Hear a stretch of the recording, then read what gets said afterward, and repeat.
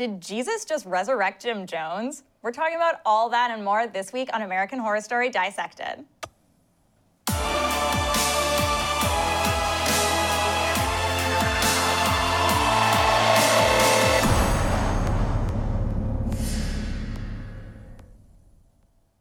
Hi, I'm Sadie Guinness. And I'm Keisha Hatchett. And this episode of Cult was wild. Yes, it gave us so many different Evan Peters. I don't know what to do with myself. And we're going to get into all of those Evan Peters right now. So spoiler alert, if you don't know what we're talking about, turn back now because, I can't wait any longer. This episode kicked off with basically 3 vignettes of 3 other main cult leaders. Marshall Applewhite of Heaven's Gate, David Koresh of the Branch Davidians, and Jim Jones of the People's Temple, with Evan Peters playing Koresh and Jones, and I could not recognize him as Jim Jones at all.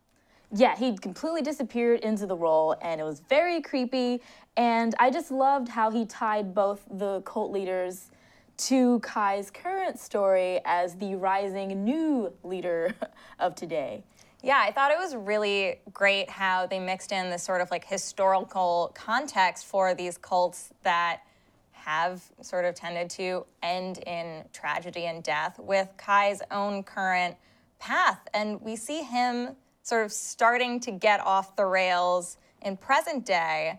And then I like how he sort of took these past real stories and then took those completely off the rails as well with that crazy Jesus scene. Yes. Oh, with the ropes and Jesus coming down to resurrect Jim Jones, and it looked so fake. This looked so fake, which I think is perfect because it was they wanted us to see those scenes. They wanted us to see that this is barely being held together right now. There isn't evidence of, a good foundation for Kai's current sort of path. And yet his followers are going to buy into it anyways. They don't care that there are ropes holding Jesus up. They're all in with Kai.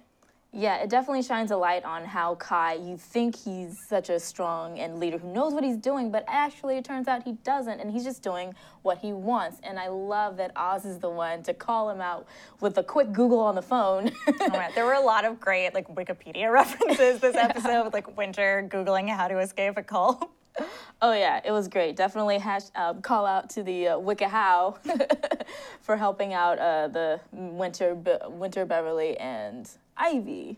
Well, but speaking of Oz, there was a big theory that I actually sort of brought up in the first week, I believe, that Kai is actually Oz's dad.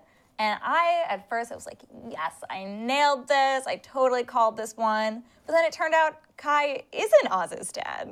No, we got it completely wrong. Kai is not the sperm donor, but I think we were on the right track. She did get he will be a sort of father to, he's trying to be a father to Oz. Well, he thinks he is, which I love that it's, who actually is Kai's dad is completely irrelevant at this point. It's about, the perception of reality and not actually the facts, which is something that Kai has been sort of playing with all season, and now Allie is taking his own methods and using it against him as a means of getting close enough to Kai so that she can finally kill him and get him out of her life for good.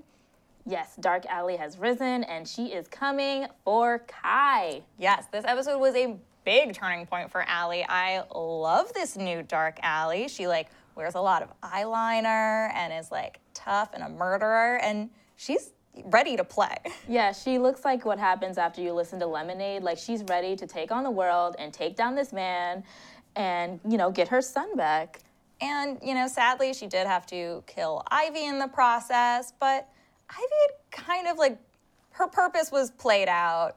There was no future for them anymore, and so I'm kind of glad she, cut the dead weight at this point. And how could she expect Allie to forgive her for taking custody away from their son? I know, and Winter is still in the picture, though, so I'm curious to see, now that Ivy, that sort of buffer between Allie and Winter is gone, what Allie and Winter's relationship will look like, and whether Allie is going to take out sort of her vengeance plan on Winter in addition to Kai.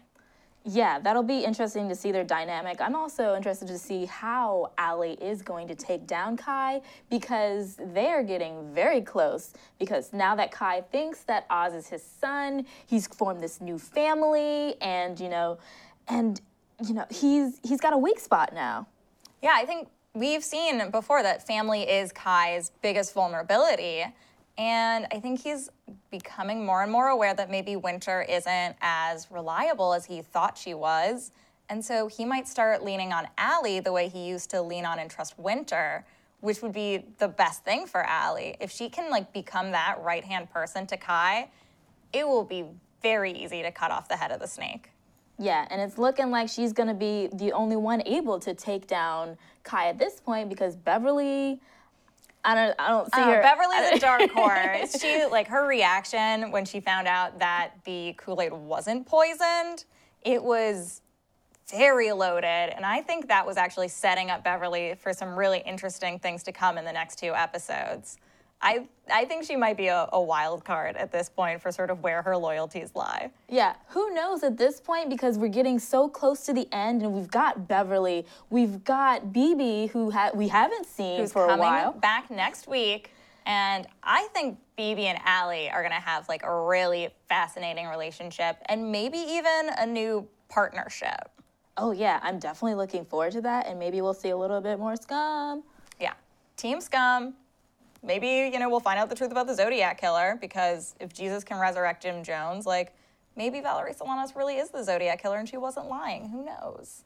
But we'll have to wait until next week to see if any of these theories come true. So tune in next Wednesday for more American Horror Story Dissected.